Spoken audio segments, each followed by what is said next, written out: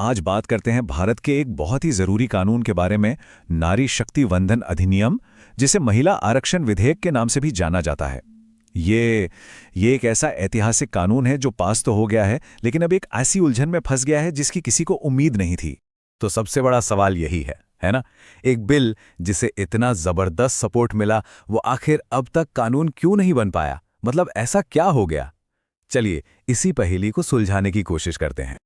और जब मैं कह रहा हूं जबरदस्त सपोर्ट, तो मेरा मतलब है 454 वोट पक्ष में और विरोध में सिर्फ 2। सोचिए, 454 के मुकाबले सिर्फ 2। ऐसा तो इंडियन पॉलिटिक्स में बहुत ही कम देखने को मिलता है। एक तरह से ये एकता का एक बहुत ही रेयर मोमेंट था। तो चलिए अब इस मामले की गहराई में उतरते हैं।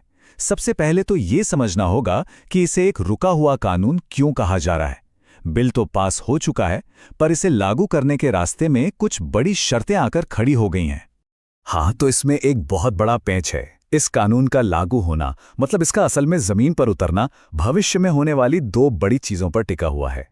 तो अब आते हैं उस सबसे बड़ी रुकावट पर जो इस कानून के रास्ते में है। इस एक्ट में साफ साफ 2 शर्तें लिखी हैं, और ये दोनों शर्तें एक प्रक्रिया से जुड़ी हैं जिसे कहते हैं परिसीमन। तो असली कहानी यही है। हमारे संविधान में एक नया आर्टिकल 334A जोड़ा गया है, और ये आर्टिकल कहता है कि ये रिजर्वेशन तभी लागू होगा जब 2 शर्तें पूरी होंगी। पहली, एक नई राष्ट्रीय जनगणना मतलब सेंसस पूरी होनी चाहिए, और दूसरी, उस जनगणना के बाद सीटों का परिसीमन होना जरूरी है। तो अब सवाल उठता है कि ये परिसीमन, या इंग्लिश में कहें तो डिलिमिटेशन, आखिर है क्या चीज? चलिए इस टेक्निकल से लगने वाले शब्द को एकदम आसान भाषा में समझते हैं। सीधे सीधे शब्दों में कहें तो परिसीमन का मतलब है बाउंड्रीज को फिर से बनाना। मतलब जैसे जैसे आबादी बदलती है, लोकसभा और विधानसभा की सीटों यानी कॉन्स्टिट्यूएंसीज की सीमाओं को फिर से तय किया जाता है। इसका मकसद बस ये पक्का करना है कि हर सीट पर लगभग बराबर संख्या में लोग हों, और ये बहुत जरूरी काम भारत का परिसीमन आयोग करता है। पर यह इतना जरूरी क्यों है? क्योंकि इसके पीछे डेमोक्रेसी का एक बहुत ही बुनियादी सिद्धांत काम करता है। एक व्यक्ति, एक वोट, एक मूल्य। मतलब हर एक वोट की कीमत बराबर होनी चाहिए। इससे कोई फर्क नहीं पड़ता कि कोई कहां रहता है। चलिए इसको एक छोटे से उदाहरण से समझते हैं। सोचिए 2 इलाके हैं। इलाका ए, जहां 10 लाख लोग रहते हैं और अपना एक प्रतिनिधि चुनते हैं, और फिर है इलाका बी, जहां 20 लाख लोग रहते हैं, पर वो भी सिर्फ एक ही प्रतिनिधि चुनते हैं। अब देखिए, यहां साफ साफ गड़बड़ है। इसका सीधा मतलब यह हुआ कि इलाका बी में हर इंसान के वोट की कीमत इलाका ए वालों से आधी रह गई। और यहीं पर परिसीमन अपना जादू दिखाता है। इस प्रोसेस के जरिए उस बड़े वाले इलाके बी को 2 हिस्सों में बांटा जा सकता है, ताकि दोनों में करीब 10-10 लाख लोग हों। बस हो गया काम। इससे यह पक्का हो जाता है कि हर नागरिक के वोट की वैल्यू लगभग बराबर है। अब एक और दिलचस्प बात, 50 साल की रोक। ये एक ऐसी कहानी है जिससे हमें ये समझ आएगा कि आखिर भारत में इन सीटों की बाउंड्रीज को इतने दशकों से बदला क्यों नहीं गया है। देखिए, आज़ादी के बाद 1952, 1963 और 1973 में जैसे जैसे आबादी बढ़ी, परिसीमन आयोगों ने सीटों की सीमाएं बदली। सब ठीक चल रहा था, लेकिन 1976 में कहानी में एक बड़ा ट्विस्ट आया। जिन राज्यों ने अपनी जनसंख्या को कंट्रोल करने में अच्छा काम किया, उन्हें यह डर सताने लगा कि अरे हमारी तो लोकसभा सीटें ही कम हो जाएंगी। तो इसी डर की वजह से 42वें संविधान संशोधन से लोकसभा की सीटों को 1971 की जनगणना के हिसाब से फ्रीज कर दिया गया, मतलब रोक दिया गया। फिर 2001 में इस रोक को और आगे बढ़ा दिया गया, और अब ये रोक 2026 के बाद होने वाले पहले सेंसस तक लगी हुई है।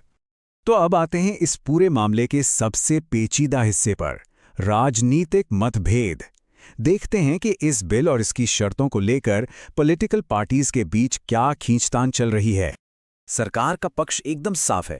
उनका कहना है कि ये बिल विमेन एम्पावरमेंट के लिए एक हिस्टोरिक स्टेप है। उनका तर्क है कि इससे लोकसभा और विधानसभाओं में महिलाओं की भागीदारी, जो अभी करीब 15% है, वो सीधे 33% हो जाएगी। और इससे पॉलिटिक्स में जेंडर इक्वालिटी की जो सालों पुरानी मांग है, वो भी पूरी होगी।